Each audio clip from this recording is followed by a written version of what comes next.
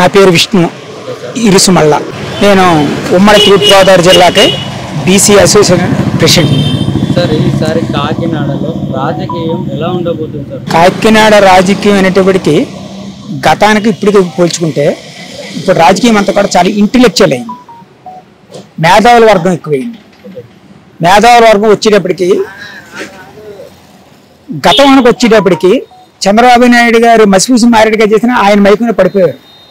ఇప్పుడు చంద్రబాబు నాయుడు గారి కానీ జగన్మోహన్ రెడ్డి గారి కానీ రాజకీయంగా పూర్తిగా తెలిసింది. ఎవరు వస్తే మా కింద స్థాయి మధ్యతరగతి స్థాయి ప్రజలకు న్యాయం జరుగుతుంది. కాకినాడ ఎంపీగా అబ్సల్యూట్లీ విన్నింగ్ అనేది సునీల్ గారు. ఎందుకంటే నెంబర్ 1 సునీల్ గారు ఇది 4th time contesting period. So ఈ 3 సంవత్సరాలు గడిచిన 3 టైమ్స్ కూడా ఆయన గురించి అర్థం చేసుకునే టైం పట్టింది.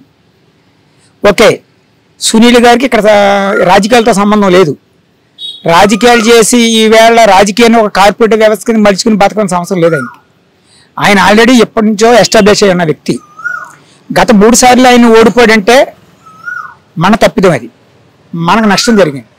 ఆయన ఈవేళ ఒక మంచి మన భారతదేశంలో ఉన్న పారిశ్రామికవేత్తల్లో ఆయన ఒక మంచి దిగ్గజం. ఆయన రావడం వల్ల మన ముఖ్యంగా ఆంధ్రప్రదేశ్లో విద్యార్థి దశ దాటి ఉద్యోగ దశకి చేరులో ఉన్న కుర్రవాళ్ళు చాలామంది అన్నారు. అన్ఎంప్లాయ్మెంట్ స్కీమ్ పెరిగింది. దానికి సునీల్ గారు వస్తే ఉద్యోగరీత్యా నా పిల్లలకని కానీ నాకని కానీ మంచి భవిష్యత్తు కల్పిస్తాడు. ఆయనకి అనేకమైన ప్రైవేటు సంస్థలు ఉన్నాయి. ఆ సంస్థల్లో ఆయన ఉద్యోగాలు కల్పించే అవకాశం ఉంది, ఇస్తానని చెప్తున్నాడు. రాజకీయాలకి రాని క్రితం ఎన్నో చేశాడు. ఈసారి కూడా ఎంపీ టికెట్ వస్తుందో రాని సందర్భంలో కూడా ఆయనకి 3,000-4,000 మంది ఉద్యోగాలు ఇప్పించాడు ఆయన యొక్క సంస్థల్లో. అది కాకుండా ఆయన పోటీ చేసే 7 ఎమ్మెల్యే సెగ్మెంట్లను కూడా సుమారు రమారమి 400 పైగా గ్రామాలు ఉన్నాయి. ప్రతి గ్రామానికి కూడా నేను ప్రభుత్వానికి ఇచ్చే సిఎస్ఆర్ నిధులు ఏవైతే ఉన్నాయో ఆ సిఎస్ఆర్ నిధులు అవ్వచ్చు, ఆ వేరే నిధులు అవ్వచ్చు, గ్రామానికి ₹1,00,00,000 పెట్టి 400 గ్రామాలకి 400 కోట్ల రూపాయలు ఇనిషియల్ అమౌంట్ని ఖర్చు పెట్టి నేను గ్రామాన్ని అభివృద్ధి చేస్తాను.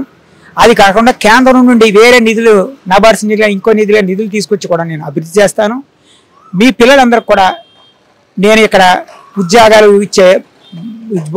ఇచ్చి భవిష్యత్తు కల్పించే బాధ్యత నాది అని సునీల్ గారు చెప్పడమే కాదు, ఆయన చెప్పిన మాటన ప్రతి ఒక్క వాటరే కూడా ఇవాళ అర్థం చేసుకుని ఆయన నమ్ముతున్నారు. డెఫినెట్గా ఆయనకి మంచి అబ్సల్యూట్ మెజారిటీ వస్తుంది. ఇవాళ ఆల్రెడీ వైఎస్ఆర్ కాంగ్రెస్ పార్టీలో కాకినాడకి సంబంధించిన పార్లమెంటు సభ్యుడు సునీల్ గారు గెలుపు అనేది కన్ఫర్మ్ అయిపోయింది.